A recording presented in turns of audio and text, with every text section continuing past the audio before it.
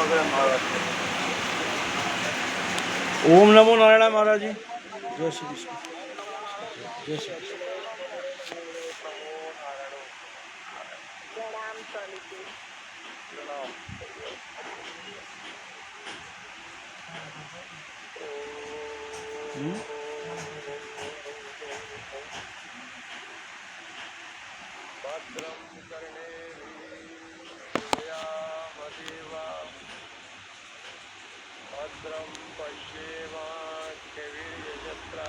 महाराज जी mic बंद है क्या? देखिए।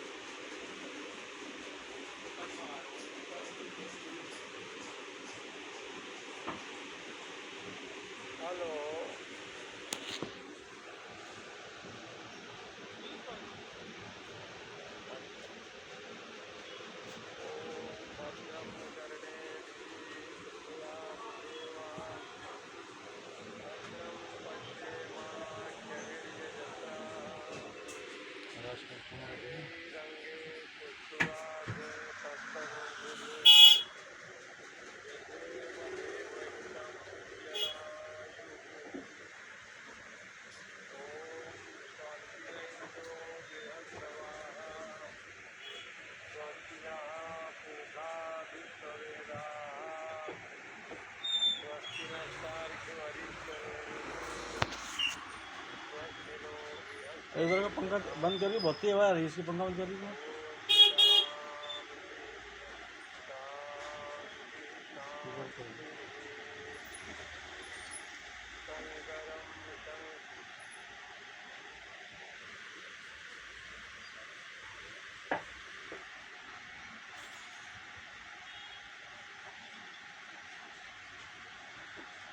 पुनः ईश्वरो गुरुरात्मेति मूर्तिभेद विभागिने व्योमवद्व्याप्त देहाय दक्षिणामूर्तये नमः।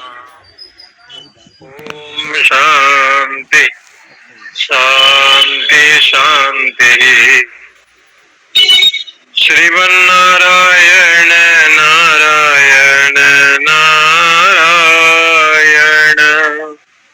श्रीमन्नारायण नारायण नारायण। भजमन्नारायण नारायण नारायण। भजमन्नारायण नारायण नारायण। श्रीमन्नारायण नारायण नारायण। लक्ष्मी नारायण नारायण नारायण। बद्री नारायण नारायण नारायण।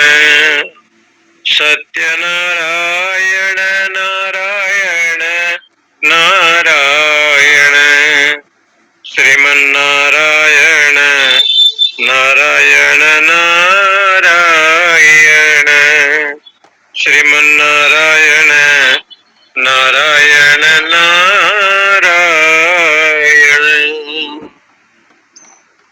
सत्यमेव जयति नानृतम्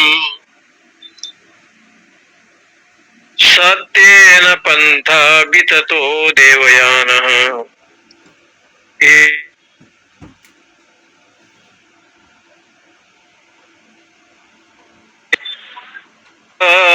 तत्सत्यस्य परमं निधानम्। मुंडक उपनिषद में यहाँ पर छठवां मंत्र सत्यम एव जयति न अनृतम् सत्येन पंथा विततो देवयानः येन आक्रमन्ति ऋषयः हि आप्तकामा यत्र तत् सत्यस्य परमं निधानम्। सत्यमेव जयति, ये शब्द का अर्थ ये है कि सत्य की जय माने विजय होता है, सत्य का ही जय होता है, Incoming न voice. अनृतम मिथ्या का नहीं। सत्यम एव जयति, ऐसे इसका पदच्छेद, सत्य का ही जय होता है, माने यतो सत्य ततो धर्म, ऐसे कहा गया। जहाँ सत्य है वहाँ धर्म है। सत्यम एव सत्यवान एव जयति, सत्य बोलने वाला या सत्य का ही विजय संभव है, मिथ्यावादी का नहीं है। मिथ्या वस्तु का कभी विजय होता नहीं। इसलिए सत्य और अनृत दो शब्द है। सत्य जो है केवल परमात्मा है। इस संसार में सत्य केवल भगवान है, दूसरा और अन्य कोई नहीं है। क्योंकि संसार में देखने पर लौकिक सत्य का भान होता है। अयम घट, घड़ा भी सत्य है। अयम पट, पट भी सत्य है। जैसे आपने कहा अयम मठ, ये मठ भी सत्य है। तो ये सत्य तो है, लेकिन ये अनित्य पदार्थ में इनकी गणना की गई है। सत्य स्वरूप तो केवल परमात्मा है, सच्चिदानंद भगवान है। इसलिए जो सत्य वक्ता होते हैं उनकी ही जय होती है। बोले सत्य कौन है? त्रिकाल अबाध्यत्यम सत्यत्वम। सत्य का लक्षण ये है कि त्रिकाल अबाध्यत्वम, तीनों कालों में जिसका नाश नहीं होता उसको सत्य कहते हैं। तीनों कालों में जिसका नाश न हो उसी को सत्य कहा। इसलिए भागवत जी के मंगलाचरण में भी जन्मादस्य यतोन्मयादि तरतश्चार्थे स्वभिज्ञा स्वराट तेने ब्रह्म हृदय आदि कवये मुह्यन्ति यत् सूरय तेजो बारि मृदाम यथा विनिमयो यत्र त्रिसर्गो मृषा धाम्ना स्वेन सदा निरस्त कुहकम सत्यम परम धीमहि। सत्य को ही धारण करते हैं। बुद्धि में किसको धारण करना चाहिए? तो कहा कि सत्यम परम धीमहि, सत्य स्वरूप परमात्मा को ही धारण करना चाहिए। तो सत्य कौन हो गया? जो ज्ञेयमान पदार्थ है, जो जानने वाला पदार्थ है। ज्ञेयम यत् प्रवक्ष्यामि यज्ञात्वा मृतम अश्नुते अनादिमत् परम ब्रह्म न तत् सद न असद उच्यते। वो सद असद से परे है। ऐसा जो ब्रह्म तत्व है वो कार्य और कारण से परे है। इसलिए सत्य स्वरूप हो गया आत्मा और संसार हो गया अनृत। अशोक का स्तंभ जो भारत का है उसमें लिखा रहता है सत्यमेव जयते। उसका अर्थ भी यही है कि सत्य की जीत होती है। लेकिन वहां जयते शब्द पढ़ा जाता है, उपनिषद में जयति शब्द आता है। जी जय धातु है व्याकरण में, उसके लट लकार का रूप है जयति। जो विजय अनुकूल व्यापार है उसको कहते हैं, ये जयति शब्द बनता है यहाँ पर। लेकिन कुछ विद्वानों का मत है कि सत्यमेव जयते, जयते शब्द का प्रयोग होता है। जैसे भारत के अशोक स्तंभ में सत्यमेव जयते लिखा जाता है, तो कुछ लोग जो गीता प्रेस से प्रकाशित जो पुस्तक है या कुछ पुस्तक में विद्वान लोग जयति लिखा है, लेकिन बड़े बड़े विद्वानों का ये मत है, जैसे स्वामी अखंडानंद जी हुए, करपात्री जी हुए, और भी बड़े बड़े विद्वानों का मत है कि जयते शब्द का प्रयोग ये गीता प्रेस वालों को भी करना चाहिए था। लेकिन इन्होंने उस समय जो छपाया ना, तो सत्यमेव जयति लिख दिया। कुछ टीका में, कुछ ग्रंथों में ऐसे छपा है, लेकिन शंकराचार्य भगवान ने जयते शब्द का प्रयोग किया। जयति कहने पर भी जीत होता है, और जयते कहने पर भी जीत होता है। लेकिन व्याकरण की दृष्टि में, संस्कृत की दृष्टि में बी पराभ्याम जे, ये सूत्र है, बी पराभ्याम जे, बी उपसर्ग लगाने से विजयते शब्द बनता है, और परा उपसर्ग लगाने पर पराजयते। अरे भगत जी, विजयते पराजयते ऐसे शब्द बनता है। इससे सिद्ध होता है कि जी जय धातु के मिल जाएगी। सत्यमेव जयति जो लिखा है जयति, उसके जगह पर जयते शब्द का प्रयोग भी कहीं कहीं मिलता है।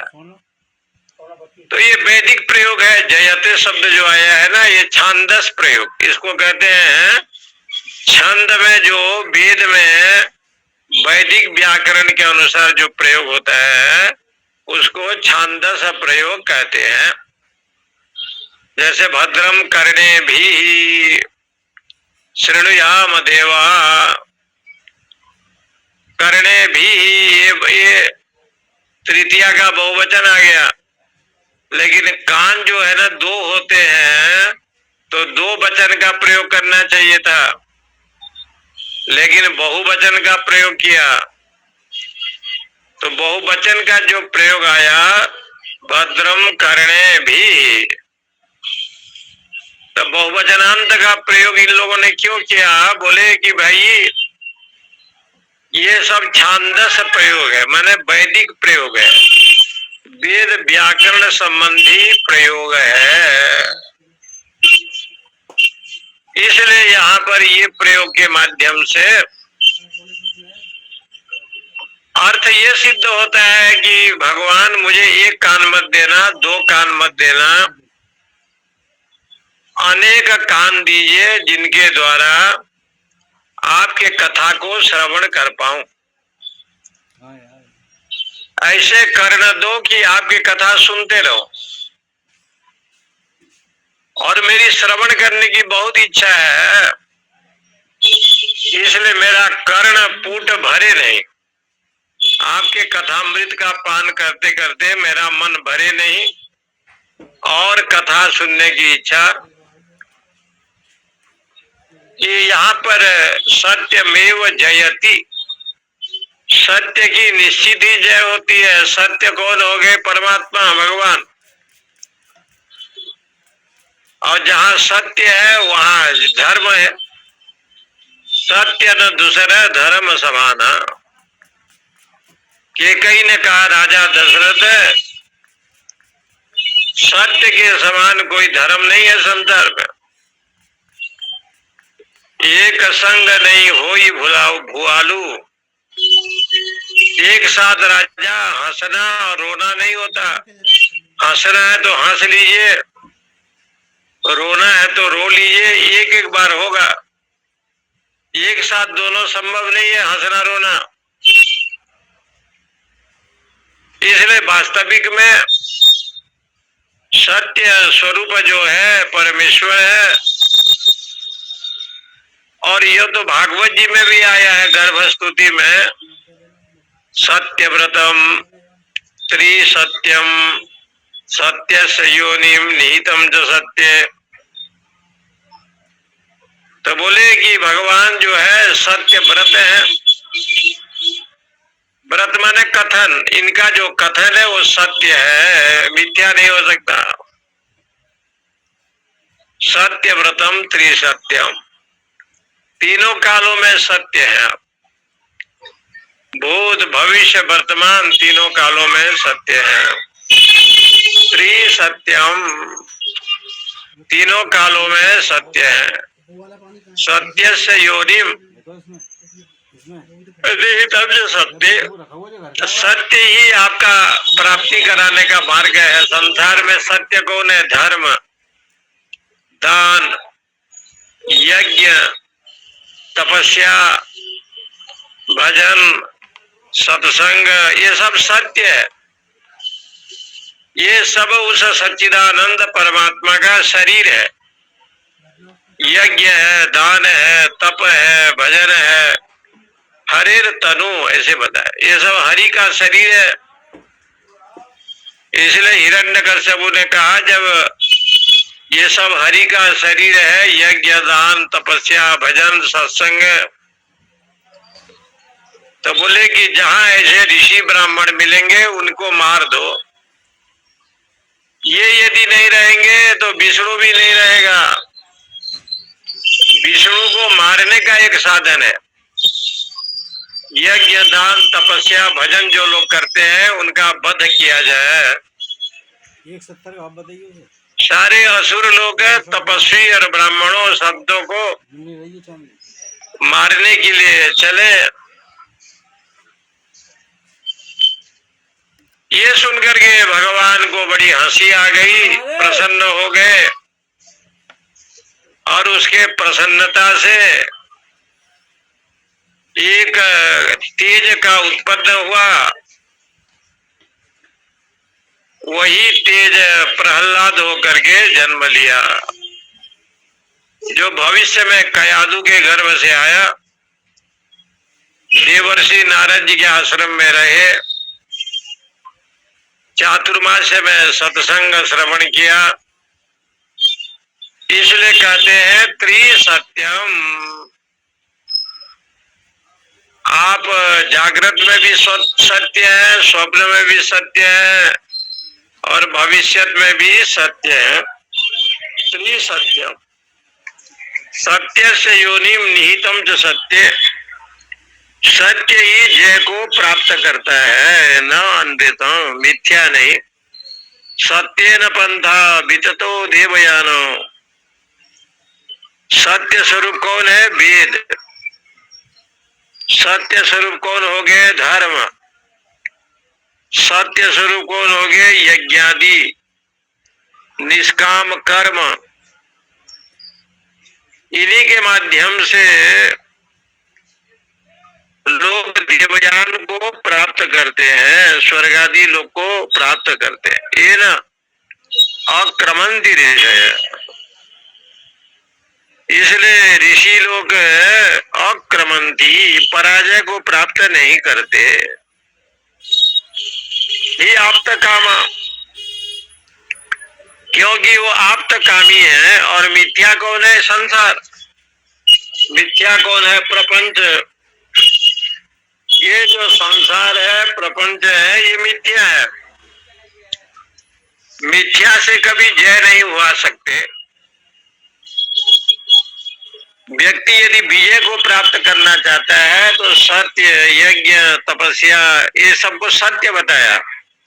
तमेतम वेदानुवचनेन, वेद भगवान को सत्य बताया, तप को सत्य बताया, ज्ञान को सत्य बताया, धर्म को सत्य बताया। ये सब सत्य स्वरूप ही है, परमात्मा के रूप है। इसलिए प्रसिद्धम लोके सत्यवादी न अनित्वादी अभिभूयते। इसलिए मिथ्या का कभी तो जय हो ही नहीं सकता। सत्यवादी की हमेशा जय होता है, मिथ्यावादी का नहीं होता। किंच शास्त्र तो अवगम्यते। इसलिए इन अक्रमंती ऋषय, ऋषि लोक का पतन नहीं होता, क्योंकि ऋषि हमेशा सत्य बोलते हैं। जिस आप्त कामा ऋषय, जिनकी कामना पूर्ण हो गया है, ऐसे ऋषि लोग हैं। जिस पद को प्राप्त करते हैं, यत्र तत्सत्यस्य परम निधानम, वही सत्य जो है परम निधान है, परम आश्रय है, जगदाधार हेतवे, ऐसे बताया। वही जगदाधार है और सत्य माना ब्रह्म। इसलिए वो जो ब्रह्म है वो सत्य है। ऐसे जो आप्त काम है, आप्त काम का अर्थ होगा इच्छा। आप्त माने पूर्ण, जिनकी इच्छा और है ही नहीं संसार में, सारे कामना को जिसने देख लिया, कोई इच्छा नहीं। संसार में जितने भी कामना है, विषय भोगादि, ये सबको देख लिया। अनित्यमिमं प्राप्य भजस्वाम, ये सब अनित्य है ऐसे देखा। सातत्येन प्रवृत्तेन यथा ही अक्रमंती, इसलिए निरंतर ही लोग उसमें प्रवृत्त होते हैं। जहाँ पर कपट है, छल है, सट है, अहंकार है, दम्भ है, अथवा अनृत है, तो उसमें प्रवृत्ति नहीं होते। आप्त काम विगत तृष्णा, आप्त काम किसको कहते हैं? तो भगवान शंकराचार्य लिखते हैं विगत तृष्णा, जिनमें तृष्णा नाम की कोई वस्तु नहीं है, तृष्णा से रहित। सर्वतो यत्र यस्मिन् तद परमार्थ तत्व, ऐसा जो परमार्थ तत्व है, परमार्थ स्वरूप है सत्यम, सत्य स्वरूप परमात्मा है। इसलिए सत्यम परम धीमहि कह करके सिद्ध करते हैं ना, कि हम ब्रह्म को धारण करते हैं। तो वहां ब्रह्म शब्द नहीं आया, सत्य शब्द आया, क्योंकि संसार में सत्य ही ब्रह्म है। ब्रह्म सत्यम कहा, जगन मिथ्या कहा। मिथ्या माने अनृत वस्तु जगत है, और सत्य जो है परमेश्वर है। इसलिए सत्य स्वरूप परमेश्वर को हम ध्यान करते हैं। सत्यम सत्यस्य उत्तम साधन, इसलिए कहा कि सत्य ही, सत्य बोलना ही उत्तम साधन है। इससे बड़ा साधन संसार में और कोई नहीं है। उत्तम साधन से संबंधी साध्यम परम प्रकृष्टम निधानम पुरुषार्थ रूपेण निधीयते इति निधानम वर्तते। इसलिए परम पुरुषार्थ जो है ब्रह्म तत्व है, वही सत्य की ही विजय होती है, और सत्य स्वरूप भगवान है। उस ब्रह्म का दर्शन साधक आप्त काम जो ऋषि लोग हैं, जिन्होंने उस ब्रह्म का साक्षात्कार किया, ऐसे परम अनम पुरुषार्थ रूपेण निधीयते, वो पुरुषार्थ रूप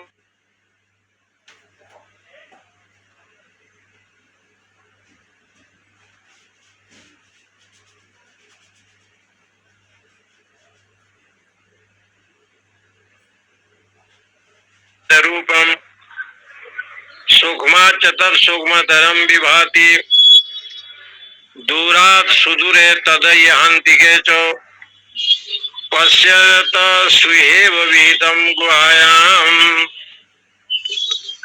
तब कहा कि जो परमात्मा है, जो सत्य है, उसका विशेषण देते हैं बृहच्च तद दिव्यम अचिंत रूपम सूक्ष्माच्च तद सूक्ष्मतरम विभाति दूरात् सुदूरे तद यह अंतिके च पश्यत स्वीय इव निहितम गुहायाम। बृहच्च वो बहुत बृहत है, बड़ा है, व्यापक, विशाल। तद दिव्यम वो दिव्य है, अलौकिक है। अचिंत रूपम मन कर्म वाणी का विषय नहीं है, अचिंत रूप है। ऐसा जो ब्रह्म तत्व है सूक्ष्माच्च वो अत्यंत सूक्ष्म है, मन बुद्धि इंद्रियों से परे है। तद सूक्ष्मतरम विभाति, इसलिए वो अत्यंत सूक्ष्मतर भी है, सूक्ष्म से सूक्ष्म है। सूक्ष्मतरम का अर्थ होता है अतिशयन सूक्ष्म, सूक्ष्मतरम। तरफ प्रत्यांत है, अत्यंत सूक्ष्म रूप। दूरात वो दूर से भी दूर है, अज्ञानी के लिए और श्रद्धालु के लिए और भक्त के लिए वो बहुत दूर है। और सुदूरम और बहुत समीपस्थ भी है, पास में भी है। तद यह अंतिके जो श्रद्धालु है, भक्त हैं, संत हैं, जिज्ञासु है, उसके लिए परमेश्वर बहुत पास में है। और जो अश्रद्धालु हैं, अभक्त है, ना भक्ताय कदाचन,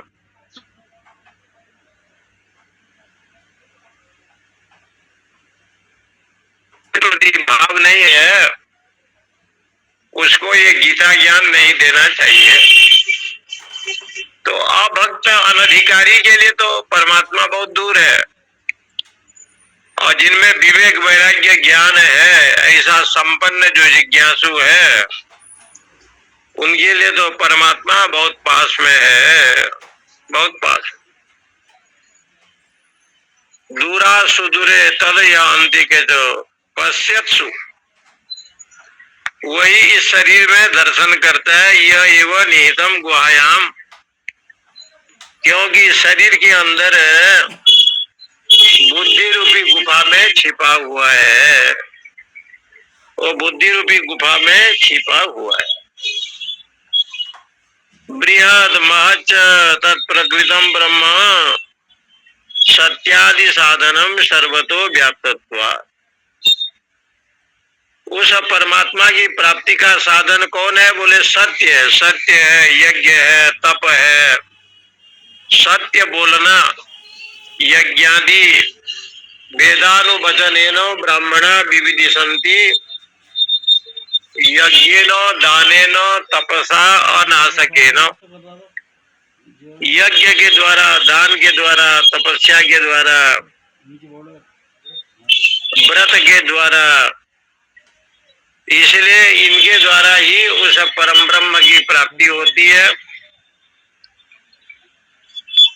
सत्यादि साधनम सर्वतो व्याप्तत्वात्, क्योंकि जो वेद में जो लिखा है, उपनिषद में जो लिखा है, सत्यादि, सत्य बोलना, प्रियम ब्रूयात्, प्रिय बोले, और सत्य के संबंधी जो है ना, यज्ञ दान आदि है, सत्संग है, सात्विक कर्म है, ज्ञान विज्ञान आस्तिक्यम, इसलिए कहा ज्ञान विज्ञान से युक्त होने वाला जो कर्म है वो सब सत्य है। स्वयं प्रभ, इंद्रियों का अविषय है। ऐसा जो अचिंत स्वरूप जिसका चिंतन करना इंद्रियों के द्वारा असंभव है। सूक्ष्म सूक्ष्मस्य सर्व कारणत्वात्, संपूर्ण कारण है, वो सबका कारण है। इसलिए मन इंद्रिय बुद्धि से परे है तो अत्यंत सूक्ष्म है। ऐसा जो ब्रह्म तत्व सर्वांतरत्व आकाशस्य, अपि जैसे आकाश व्यापक है ऐसे ब्रह्म भी व्यापक है। उसको जानने के लिए तद अविद्या समृद्धम संतम, जो अविद्या से आच्छन्न है, यानी जिसका अंतःकरण शुद्ध नहीं हो पाया है, जिसमें विषयाकार वृत्ति बना हुआ है, उस परमात्मा का दर्शन असंभव है। वो दिखाई नहीं देता, अज्ञानियों को दिखाई नहीं देता। उसको देखने के लिए गुरु और जो शास्त्रों में जो विधान है, शास्त्र प्रमाण, और गुरु के चरणों में बैठे तद विज्ञानार्थम गुरु मेवाभिगच्छेत समित पाणी श्रोत्रियम ब्रह्मनिष्ठम। समित पाणी हो करके हाथ में समिधा लेकर के दोनों हाथ को जोड़ करके श्रोत्रिय ब्रह्मनिष्ठ गुरु के पास जावे। समित पाणी श्रोत्रियम ब्रह्मनिष्ठम न चक्षुषा गृहते नापि वाचा नान्ये देवे तपसा कर्मणा वा ज्ञान प्रसादेन विशुद्ध सत्व स्तवस्तुम तम पश्यते निष्कलम ध्यायमानः ज्ञान प्रसादेन विशुद्ध सत्व ततस्तु तम पश्यते निष्कलम ध्यायमानः न चक्षुषा गृहते नापि वाचा न अन्य देवे तपसा कर्मणा वा। उस परम ब्रह्म परमात्मा को केवल आंख से देखें तो ये भी संभव नहीं है, आंख से भी ग्रहण संभव नहीं है। न आपी बाचा, केवल वाणी के द्वारा तब भी संभव नहीं है। न अन्य देवे, न अन्य देवे माने इंद्रियों के द्वारा भी संभव नहीं है। तपसा, तप के द्वारा तब भी संभव नहीं है। कर्मणावा, कर्म से भी नहीं है। तो बोले कि फिर ब्रह्म तो अप्राप्त हो गया, प्राप्त तो होगा नहीं। यदि संभव नहीं है तो ब्रह्म की प्राप्ति कैसे होगा? तो कहा ज्ञान प्रसादेन विशुद्ध सत्व, अंतःकरण शुद्धि के द्वारा, माने निष्काम कर्म योग के द्वारा विशुद्ध अंतःकरण शुद्ध हो गया है। त्याग वैराग्य के द्वारा जिन साधक का ऐसे ज्ञान के प्रसाद से विशुद्ध सत्व, जो विशुद्ध चित्त जिनका हो गया है, यानी निर्मल मन जन सो मोहि पावा, मोहि कपट छल छिद्र नहीं भावा। साधना भजन करते करते जिनका चित्त विशुद्ध हो गया है, थोड़ा भी संसार के विषय में रुचि नहीं है, संसार के विषय पदार्थ में उनकी इच्छा नहीं है। ततस्तुम तम पश्यते निष्कलम ध्यायमान, जो निष्कल आत्म तत्व है उसका साक्षात्कार है। ततस्तु तम पश्यते, जो साधक ऐसे जिज्ञासु के रूप में हो उसका दर्शन कर लेता है। इसलिए भगवान ने गीता में कहा, मनुष्याणाम शास्त्रेषु कश्चित् यतत सिद्धये यततामपि सिद्धानाम कश्चिन्मा वेति तत्वतः। अनंत मनुष्यों में मुझे कोई प्राप्त करना चाहता है, मनुष्येषु सहस्रेषु, कश्चिद यतति सिद्धये। ऐसे कहते हैं कि महाभारत युद्ध होते होते जब युद्ध रुक गया और अर्जुन ने युद्ध न करने के लिए कहा, कार्पण्य दोषोपहत स्वभाव पृच्छामि त्वाम धर्म सम्मूढ़ चेता यच्छ्रेयं स्या निश्चितम ब्रूहि तन्मे शिष्यस्तेहं साधिमाम त्वाम प्रपन्नम। और भगवान ने जब गीता ज्ञान का प्रारंभ करते करते विराट रूप का दर्शन कराया तो अर्जुन तो हाथ जोड़े खड़े हैं। आगे दिव्य दृष्टि के कृपा से, भगवान वेद व्यास के कृपा से संजय ने जब इस विश्व स्वरूप का दर्शन किया तो आंखों से अश्रुधारा, हृदय गदगद, कुछ बोल नहीं पा रहे थे। तो धृतराष्ट्र ने कहा कि बोलते क्यों नहीं हो, क्या हो गया? संजय ने कहा कि भगवान, बोलने की शक्ति मेरा नहीं है। भगवान श्री कृष्ण महायोगेश्वर ने अपने मित्र अर्जुन को विराट रूप का दर्शन करा रहे हैं, जो अलौकिक है, जो दिव्य है। लेली हसे ग्रसमानम समन्तात, जो बड़ा अद्भुत है, आश्चर्य है, विस्मय है। तो धृतराष्ट्र ने कहा कि मुझे यदि आंख विद्या होता, आंख मुझे भी मिला होता तो उस विश्व रूप का दर्शन मैं भी करता।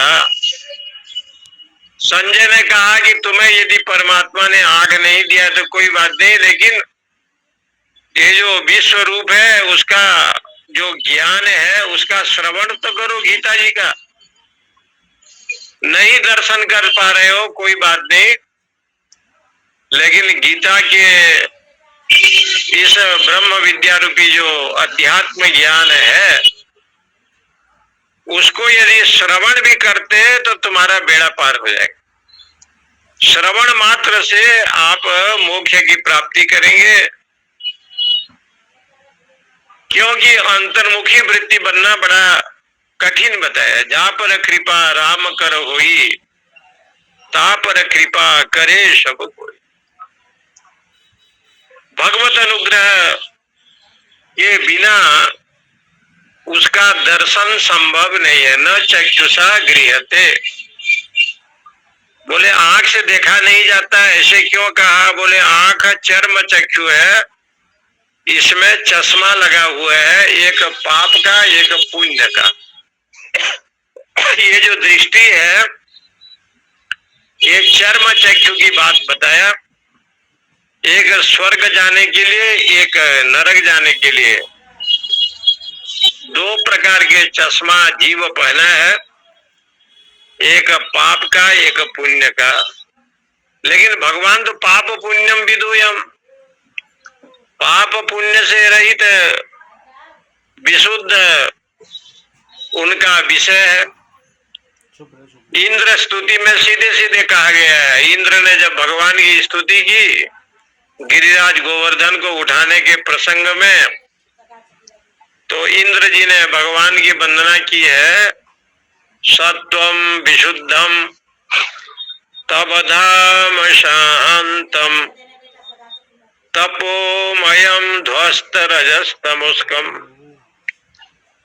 मायामयोयम गुण संप्रभावो न विद्यते ते ग्रहणानुबंध। भगवान इंद्र कहते हैं कि आप जहाँ रहते हैं, एक तो आपके यहाँ रहने से सबसे बड़ी बात आपका जगह यह है कि आप वैकुंठ में रहते हैं। महापुरुषों ने लिखा कि वैकुंठ का मतलब होता है विगतः कुंठा इति विकुंठ तस्य भाव वैकुंठम। भगवान शंकराचार्य ने व्याख्या की, जहाँ कंजूस बुद्धि नहीं है उसी का नाम है वैकुंठ। और लो जितना चाहिए और लो, कंजूस बुद्धि नहीं। जैसे राजस्वी यज्ञ में भीम को सारे भोजन पानी का जिम्मेदारी दिया था, परंतु भीम को पता नहीं था कि उनके हाथ में लक्ष्मी का निवास है। कोई एक साबुन मांगता था तो 10 ठो देता था, कोई चावल मांगता था तो 5 किलो दे देता था। जो जितना मांगे डबल देता था कि दुर्योधन का भंडार समापन हो जाए। इसलिए ये भीम की बात आती है।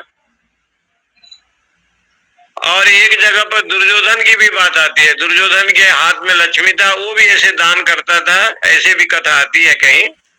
लेकिन शास्त्रकारों ने इस बात को उठाया कि न चक्षुषा गृहते, इस चक्षु से उस आत्मा का दर्शन आप नहीं कर सकते। ईशावास्यमिदं सर्वम, उसके लिए तो आपको ज्ञान दृष्टि की आवश्यकता है।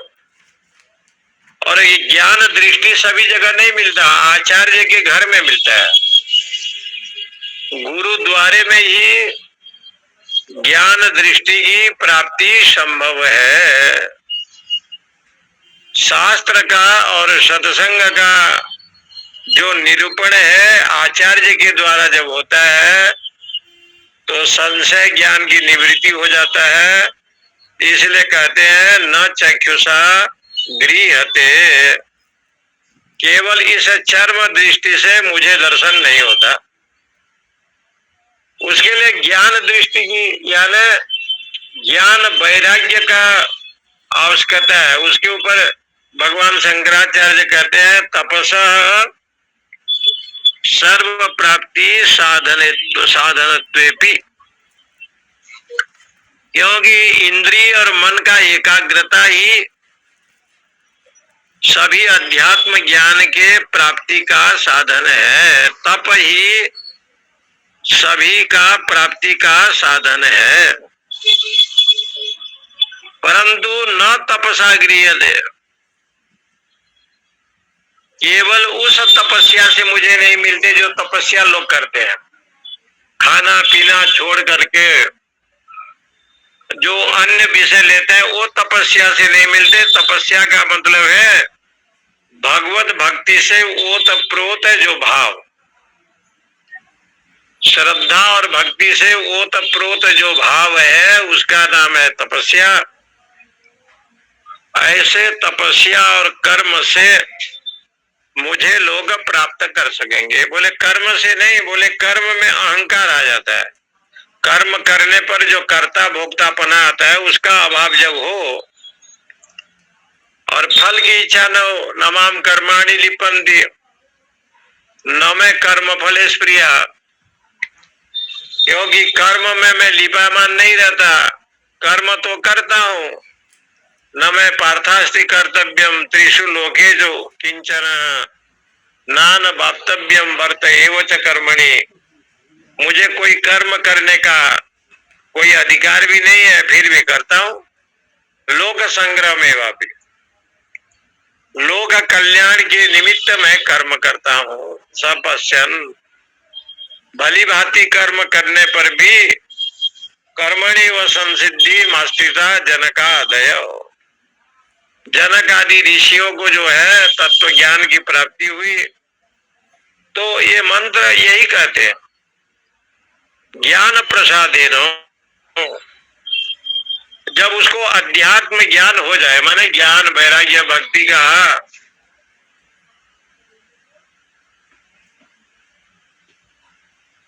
के प्रसाद से, ज्ञान शब्द का अर्थ लिखते हैं आत्म अवबोधन समर्थम अपि।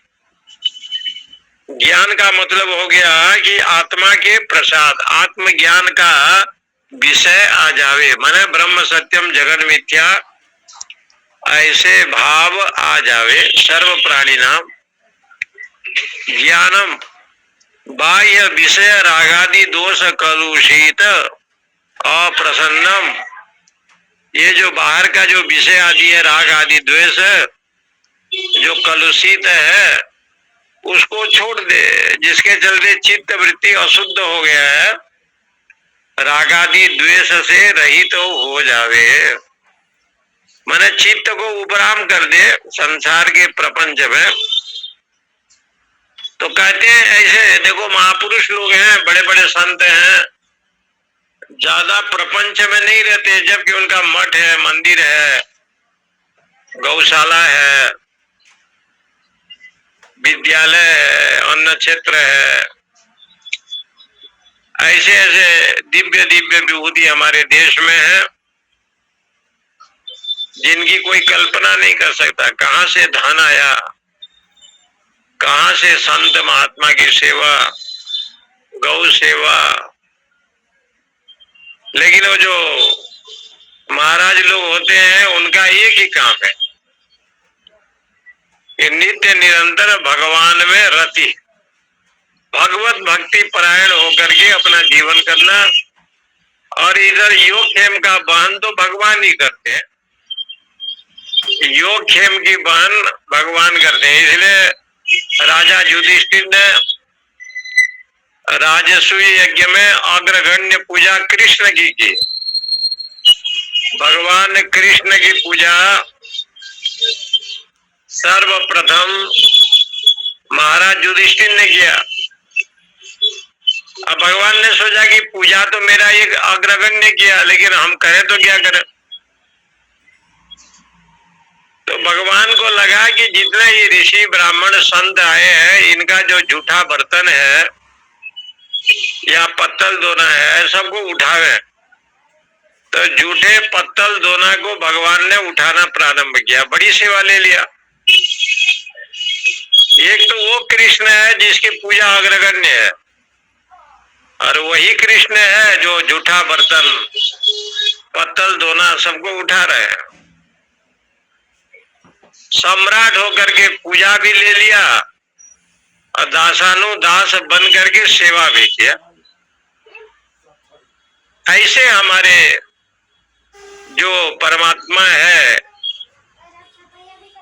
जो इस प्रकार से भक्त वत्सल है, करुणा निधान है, कृपा सिंधु है, ऐसे ईश्वर का दर्शन करने में कोई कठिनाई नहीं है। बशर्ते ये है ज्ञान प्रसादेनो विशुद्ध सत्वम, अपना अध्यात्म ज्ञान के द्वारा विषय को हटा दो बस। क्योंकि जहां राम तहां काम नहीं, जहां काम नहीं राम। जहां राम रहेंगे वहां काम नहीं रहता, जहां काम है वहां राम नहीं रहते। भगवान तो निर्विषय है, और विषय कौन है? ये संसार प्रपंच है। संसार प्रपंच काम क्रोध लोभ जब रहेंगे तो भगवान भी नहीं रहते। इसलिए उन्होंने कहा कि विशुद्ध सत्वम, उस विशुद्ध अंतःकरण ज्ञान के प्रसाद से जिसका चित्त विशुद्ध हो जाए, ततस्तुम तम पश्यते निष्कलम ध्यायमान, वो इस प्रकार से विशुद्ध अंतःकरणो योग्यो, ज्ञान प्रसाद से विशुद्ध अंतःकरण जिसका हो गया, वो पुरुष उस ब्रह्म का साक्षात्कार करने में योग्य हो जाता है। ब्रह्म द्रष्टुम यस्मात् तथा तस्मात्तु तमात्मानं पश्यते। वो उसी प्रकार से सच्चिदानंद जो परमात्मा है, सत्यादि साधन के द्वारा इंद्रियों को सत्व गुण वृत्ति में ले, तो ब्रह्म का दर्शन करने पर कोई कठिनाई नहीं होता। क्योंकि भगवत दर्शन तो होता है। बड़े बड़े साधकों को परमात्मा का दर्शन, ऐसे आपको कई उदाहरण मिलेंगे। ये साक्षात ब्रह्म का दर्शन साधक को हुआ है। इसमें संत तुकाराम जी हैं, पंढरपुर के निवासी विठला विठला, इधर आपको जो है नामदेव हैं और पुंडरीक जी हैं। वृंदावन में एक से एक महापुरुष हैं जिनको भगवत दर्शन हुआ है। संत विशुद्ध मिलहि परितेहि, चितवहि राम कृपा करिजेहि। विशुद्ध संत का दर्शन भी जीवन में स्वयं होता है और वो कृपा करके दर्शन देते हैं। गुरु को ढूंढना नहीं पड़ता, गुरु तो कृपा करते हैं, कृपा बरसाते हैं, गुरु को ढूंढना नहीं पड़ता। इसलिए आप भागवत की कथा श्रवण करेंगे तो जितने असुर आए कंस ने भेजा, सारे असुरों का नाश है भगवान ने कहीं गोकुल में कर दिया तो कहीं वृंदावन में कर दिया। वृंदावन की भूमि, गोकुल की भूमि, ये भक्ति भूमि है और इस भूमि में कोई असुर आए तो उसका वध करना भगवान का कर्तव्य बन जाता है। इस ऐसे भूमि है कि जहां असुर को नहीं आना चाहिए था लेकिन आए और असुरों का वध भगवान ने किया, क्योंकि ये गोकुल इंद्रियों का समुदाय और भक्ति का जो भूमि है वृंदावन, वृंदावन है ये तुलसी का जो वन है, वृंदावन है राधा रानी जहाँ निवास करती है, भक्ति महारानी। उस भूमि में कभी असुर आ जाते हैं और असुर को भगवान ने विविध प्रकार से वध किया। उतना का वध भी विषपान के द्वारा हुआ, अघासुर का, तृणावर्त का, किसी को बवंडर के रूप में हुआ, किसी को सक्टासुर में। तो ये जितना परमात्मा की लीला है ये सिद्ध करता है कि भक्ति ज्ञान और सत्संग की भूमि में असुर आते हैं और उस भूमि में असुर आए काम चलता नहीं है, कभी कभी असुर तो आती है। और उस भूमि में जब असुर आएगा तो ज्ञान का प्रसाद जो आपकी सात्विक वृत्ति है, वो सात्विक वृत्ति के द्वारा असुर वृत्ति का नाश करना ही। ये असुर वृत्ति का नाश कौन करता है? साधक करता है, लेकिन किसके द्वारा? परमात्मा ही कराता है। जो परमेश्वर है उनके कृपा से साधक जो चित्त में असुर वृत्ति का प्राकट्य है, जन्म है राग द्वेष आदि का, उसका नाश। क्योंकि सत्व गुणी की वृत्ति में, सत्व गुणी की भूमि में असुर आएंगे, तमोगुणी रजोगुणी ये आते हैं, ये प्रकृति का विधान है। जब भी आप सत्वगुणी कार्य करेंगे, पूजा अर्चना सत्संग भक्ति, तो रजोगुण और तमोगुण वृत्तियां आती हैं, बिना बुलाए आती हैं, उनका नियम है। ये प्रकृति का ऐसे विधान है। इसलिए उन्होंने कहा ज्ञान प्रसादेनो, मन की प्रसन्नता के द्वारा, चित्त वृत्ति की एकांत के द्वारा चित्त प्रसन्न है। मन प्रसाद सौम्यत्व मौनमात्म विनिग्रह, मन बड़ा प्रसन्न है क्योंकि मन में कोई रोग नहीं है, न शारीरिक रोग है न मानसिक रोग है। ये जो मन आज बड़ा प्रसन्न है, इसलिए प्रसन्न है कि अंतःकरण शुद्ध है। तो सात्विक मन बड़ा प्रसन्न रहता है, इसलिए गीता जी में कहा मन प्रसाद, मन की प्रसन्नता, चित्त की प्रसन्नता।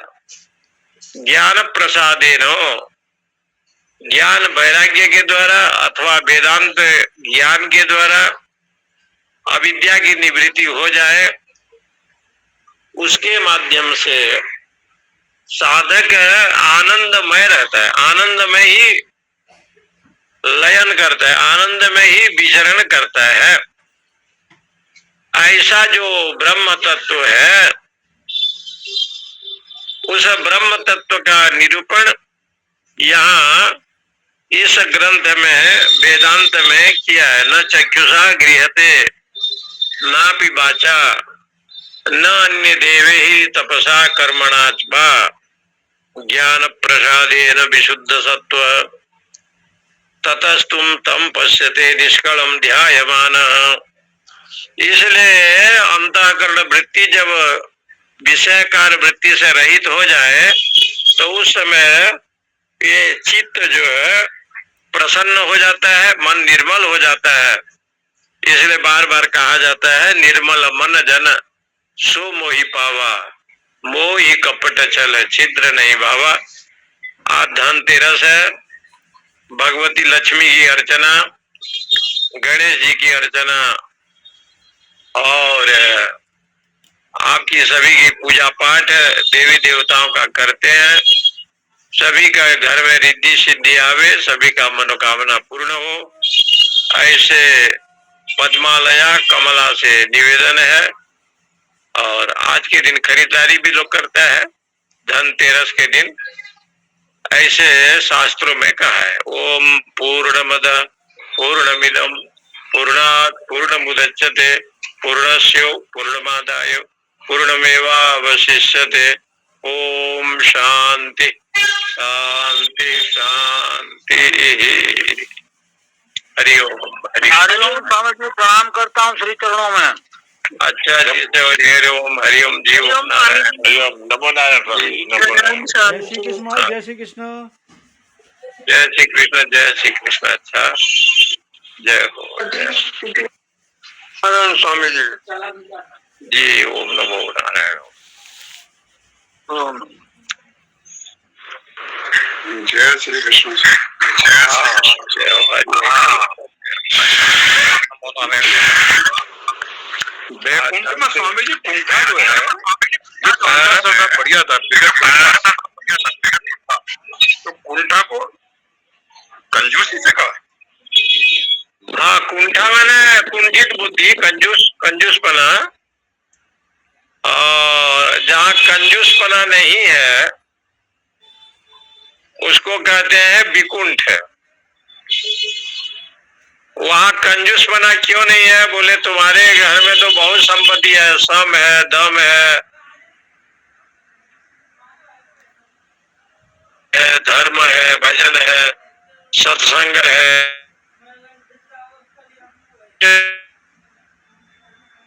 कि जितना चाहे उतना ले जाओ। इसलिए यहाँ हम लोग कंजूस नहीं करते। भगवान ने कहा कि हमारे यहाँ कंजूसपना बिल्कुल है नहीं, इसलिए इस शहर का नाम पड़ेगा वैकुंठ। विगत कुंठा, कुंठा का मतलब कंजूस। बढ़िया, हाँ बढ़िया। ऐसे शंकराचार्य ने लिखा है विष्णु सहस्त्र नाम में।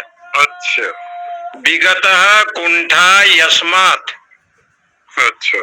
इति विकुंठ तस्य भाव वैकुंठ्यम, ऐसे लिखा है। माने हमारे यहाँ कोई कमी नहीं है। दया, धर्म, ज्ञान, यज्ञ, यश, श्री, तेज, जितने भी देवी संपदा है भरपूर है। और जितना भी लेना चाहो ले जाओ, लेने से बढ़ता है, देने से घटता नहीं है। इसलिए जितना भी लेगा लोग, वो खर्चा करने पर वो खर्चा नहीं होता, देने से घटता भी नहीं है। और जो जितना लेता है वो लेने से तो ठीक है, लेकिन यहाँ कोई कमी नहीं होता, जस के तस भरा रहता है। समुद्र बत ऐसे लेगा, समुद्र का पानी के समान। कितने भी समुद्र का जल ले ले, समुद्र जैसे की तैसे है। ऐसा मेरा जो धाम है इसका नाम है वैकुंठ है। इसलिए वहां पर कोई कमी नहीं है, इसलिए उसको कहते हैं वैकुंठ। और एक शब्द आता है अकुंठ। वैकुंठ, अकुंठ। वैकुंठ हो गया क्षीरसागरवासी, अकुंठ हो गया पृथ्वी। ये पृथ्वी में जो समुद्र है वो क्षीर सागर नहीं है, यहाँ लवण सागर है, नमक वाला। और वैकुंठ में जो समुद्र है वो क्षीर समुद्र है, वहाँ दूध मिलता है, यहाँ पानी जो है खारा मिलता है, क्योंकि संसार प्रपंच है ना, प्रपंच में तो खारा मिलेगा। और जहाँ सत्वगुण केवल होगा वहां तो जो जल होगा वो अमृत होगा ना। इसलिए बैकुंठ का समुद्र को क्षीरसागर बताया, और अकुंठ माने भूमि का जो समुद्र है वो ये लवण सागर माने नमकीन सागर है। यहाँ क्षीर सागर उपलब्ध नहीं है, वो तो बैकुंठ में मिलेगा। माने ऐसे जिसकी वृत्ति बन जाएगा तो वो भी क्षीर सागर हो ही जाएगा। जिसमें इतने संपत्ति आ जाओगे वो भी क्षीर सागर, ऐसे कहा। बहुत बढ़िया, अच्छा लगा। और विष्णु शास्त्र नाम में आया। अच्छा, मैंने पढ़ा नहीं कहीं विष्णु हाँ। तो शंकर भाष्य है, भगवान शंकराचार्य ने विष्णु शास्त्र नाम के ऊपर शंकराचार्य भाष्य है ना। अच्छा, शंकराचार्य भाष्य में वो बैकुंठ शब्द आया है ना, बैकुंठ अकुंठ निलय, ये विष्णु शास्त्र नाम में भगवान का नाम आया है ना। आप बैकुंठ भी है अकुंठ भी है, अच्छा, और निलय आप जो है, और निलय आकाश के समान व्यापक है, आकाश के समान शुद्ध भी है। आकाश में धूल नहीं है, इसलिए आप में कोई धूल नहीं है। वहाँ ये श्लोक है ऋषि के जो अप्रमेयो, ऐसे श्लोक आता है वहाँ। आधारो धर नीलय, आप आधार भी है धर भी है, सबका आश्रय है। धर माने पृथ्वी भी है, निलय जितने स्मशान घाट है वो पृथ्वी में है। और जितने भी लोग जाते हैं मरते हैं तो कहाँ जाते हैं, बोले पृथ्वी में जाते हैं, क्योंकि सबका स्मशान भूमि तो ये पृथ्वी में है ना, और पृथ्वी में जाते हैं।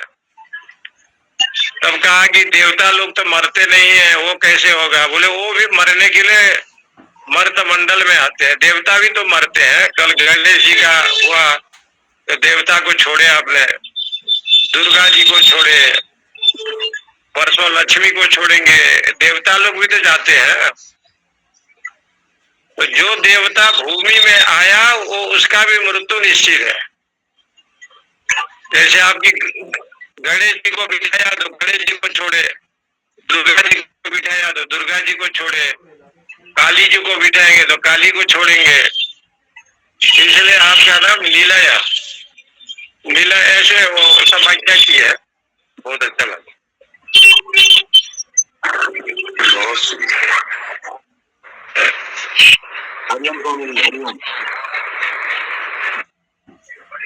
जो कुंठा रहित है वही वैकुंठ में है शर्मा जी। अच्छा लगा, मैंने तो तरह पढ़ा नहीं था वो, अच्छा मुझे अच्छा लगा। स्वामी जी व्याकरण बहुत बढ़िया समझा देते हैं। बैकुंठ कहते हैं, बैकुंठ में चले गए, बैकुंठ वासी हो गए, तो बैकुंठ तो यही हो गया, कुंठा रहित हो जाए। वही तो है ना, राग देश से जो रहित है, कुंठा से रहित है, वही तो वैकुंठ में है। बैकुंठ, बैकुंठ सभी को भगवान शंकराचार्य ने व्याख्या कर दी बैकुंठ की, देखो विगत कुंठ।